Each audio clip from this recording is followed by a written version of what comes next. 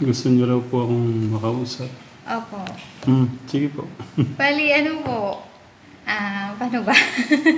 Nakakaya po eh. Mm. Kasi po, nung Friday, tinawagan po ko ng school. For sub daw po ako. Yeah. For 1 month po yun. For 1 month lang naman po. Bali, yun po, magkakaroon po ng adjustment sa tutor yung oras po ng mga bata. Akala ko, no? Akala Ganun ko, po. iwan niyo na kami. Ay, hindi naman po. Okay. Bali, after ko po sa school, kung okay lang po sa inyo na gano'n ang maging setup po namin, na pag uwi ko po galing sa school, tapos sa gabi naman po, sila naman po yung haharapin ko, gano'n. Kung Hindi okay kaya, lang po sa inyo. yun? Hindi kaya sobrang pagod ka nun, teacher? Ano po, kaya naman po siguro. For 1 month lang naman. Yeah. Pero kung ano po yung decision nyo, baka po, Hindi. po ano sa mga bata, baka Hindi po. okay.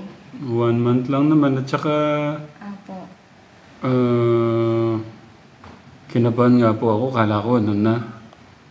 Kala ko, Pero ang ano ko nga po, sina Jace pa po, sina Travis, kaya, yun nga eh, no? ayun, oo nga po eh. May Ramshan pa. Oo nga po eh. Paano po kaya yung mas maganda, teacher? Kayo po. Pero kung ano siguro, 1 month. Siyempre, ano mo na yun eh, kumbaga break mo na. Opo. Kasi po, parang chance ko na po kasi sana yun eh, para maano po sa school. Congratulations. Ay, thank you po. Pero, ano, no? Pero okay lang din naman. Nahihiya nga po kung sabi sa inyo eh, kasi syempre, baka po isipin nyo na ano. Hindi po, kala ko nga po, mag-stop po kayo talaga. Yun nga po, ilang ano ko na nga po, simula po nung Friday na tinawagan po ako, iniisip-isip ko po, sabi ko, paano baka ako yung mga bata? Kasi di ba, ano na po kayo? 7 to 5 na. Opo.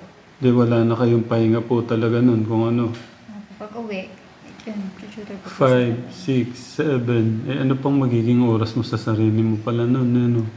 Okay lang po, kahit ano. Bali yung linggo, yun, parang pahinga ko na po yun. Sunday.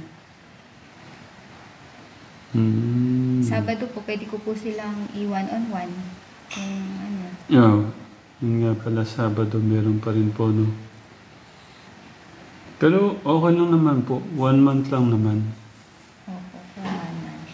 At least na aanuhan niyo pa naman ng sila pag... Pero sa tingin ko baka masyado ka ng... Siguro, pwede siguro teacher, kahit silipin mo yung mga nila hapon, kahit mabilisan lang. Okay, mga homeworks po nila. Huwag na masyadong kung 2 oras. Kahit lang, siguro 30 minutes. Para lang, yung daily pa rin sa kanila. Nagagabayan mo pa rin sila. Okay lang po yung gano'n. Nga po. Tsaka sa akin naman teacher, ano mo na yun eh, pagkakataon mo na Ano po. sa... Ako din po kasing sayang po yung chance. Tapos nagtuloy-tuloy na pala, no? Umalay mo. Malay niyo po, may papalit pala sa akin mas magaling, mas Hindi. Teacher naman. Ang galing mo nga, ang bait mo nga sa mga bata eh. Yun Okay po ba? Tumatapang na nga po ako eh. Minsan, yung mga nagpapatapang sa atin eh, nung loob natin. Kailangan eh. Opo. Hindi kasi na-test ko po sa kanila yun eh. Pag sobrang bait mo, minsan hindi ka napapakinggan. Kaya ngayon po, medyo naghihigpit ako. Kaya tama. Hindi porke binibigay mo. O hindi mo binibigay yung bagay na hindi mo na sila mahal. opo. Kailangan kasi talagang Hindi lahat ng yes ay mapapabuti sila. Ibig Oo. sabihin, May kailangan mo magsabi ng no para maayos sila. So, ayun po ka-Telegram. Nabahala ako kanina, sabi ni Tita Jo. Sabi daw, ano kanina na naman to? Pero okay lang naman po yun. Ang mahalaga, ano nyo po yung break nyo. Bali, ang tentative po na start ko is 9, sa September 9 po. Next Monday. Tentative pa lang naman po yun. Anong grade po pala yung... 4 po.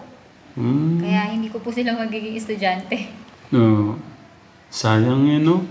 Kaya to sana si grade 7 o kaya grade 3.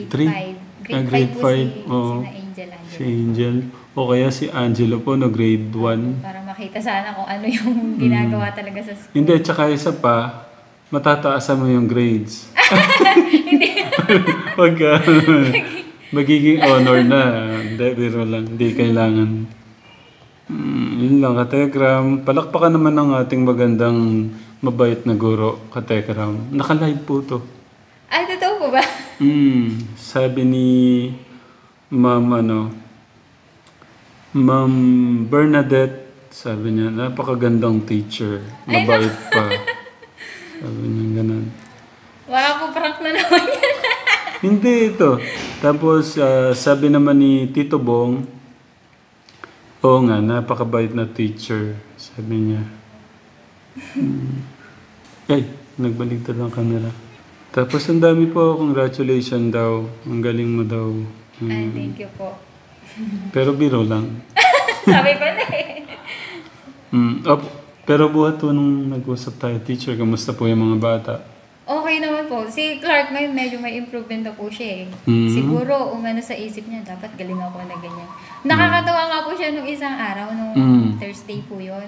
Nung pinabasa ko siya. Kasi nga po, di ba, ang update ko po sa inyo nung last, hindi niya po mabasa yung ma at saka sa kapag pinagsasama. Ngayon po, nababasa na po niya. Tapos, tinanong ko po siya, sabi ko, anong feeling na nabasa mo yan? Sabi ko sa kanya. Tapos sabi po niya, masarap daw po sa pakiramdam. Sabi ko sa kanya, pagpatuloy mo lang kasi ganyan talaga, masarap mag-aral. Ganyan. Parang maiyak. Telegram. Kasi po meron pong dinidikit yung teacher niya sa notebook. Ipapabasa daw po sa kanila yon. Kaya pinapractice ko po siya doon. Ngayon po, nababasa na po niya. Ang galing teacher, no? Opo. Talagang Pero, dahil sa inyo. Dahil sa inyo po yun, yung pagtsatsaga po niyo. Kasi ngayon, hindi ko naman siya natututukan. Siguro pa nakapag-isip-isip din siya nung nakausap po natin siya. Tsaka nakikita ko naman, mas naiintindihan na po ngayon yung mga buhay-buhay nangyayari. Opo. Kasi mahirap magsalita. Pero siyempre, doon sa ganun, sa buhay niya dati, parang ganun lang. Ngayon, yung paulit-ulit po natin na pangaral, may mag-aano din yun, alam ko naman. Opo. Talagang lang, tiyaga, pasensya. Kailangan talaga hindi lang isang magulang, kailangan mo ng mahabang pasensya, mahabang pagmamahal, Opo. tapos yung long suffering talaga. Talagang bilang isang ama dapat. Talagang yung pagiging isang ama, nakalakit din doon. Kasi kung pababayaan mo lang din, wala din eh. Doon sa gusto nila no teacher. At least, tingnan mo, unti-unti. Kasama po niyo. Tunga-tunga nga po ako nung sabi ko, sana araw-araw ganyan. Pero teacher, sa ko sa kanya, kumbaga mas mabilis na hindi gaya ko dati, talagang napakatagal kong matuto. Pero si Clark, alam ko maano siya. Yung mga unang linggo, unang buwan, siyempre pa ho yun eh. Opo, kasi talagang blanco eh. Ngayon meron ng unti-unti. Tapos nagiging excited na siya noon. Opo. Ganun pala siya. Kaya ako Parang tinanong ganun. ko nga po siya noon, ano ka ako pakiramdam na nababasa mo yan. Masaya daw siya. Tsaka bawat isa ho sa kanila, nakikita yung, alam niyo po yung nagsashine yung mata. Kasi alam po nila yung natututunan nila. Tapos na-apply na po nila. Tapos naintindihan na po nila. So, yun lang. Thank you ulit, teacher. Pero kung ano man, baka masyado kang mapagod o ma-stress.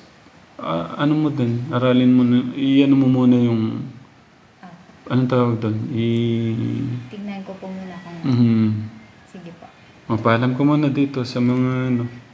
Sige po. Babay po mga katekram. Thank you po. Okay. Thank you ulit, Kategram. Samahan niyo po kami sa mga lolo dyan, mga lola, mga tito, tita, nanay, tatay, ate, kuya, sa lahat po ng mga sumusubaybay, sa mga bata, sa kanilang paglaki. Yan, samahan niyo kami sa pag-pray. Sana mapalaki po namin tama at mabigyan mo namin ng magandang bukas yung mga bata. Thank you po ulit sa pagmamalat suporta. I love you po, Mama Chuk Chuk. Mwah! Okay, Bye teacher. Babay po. Thank you, teacher. Congratulations po ulit. Thank you po. Welcome. Thank you, teacher.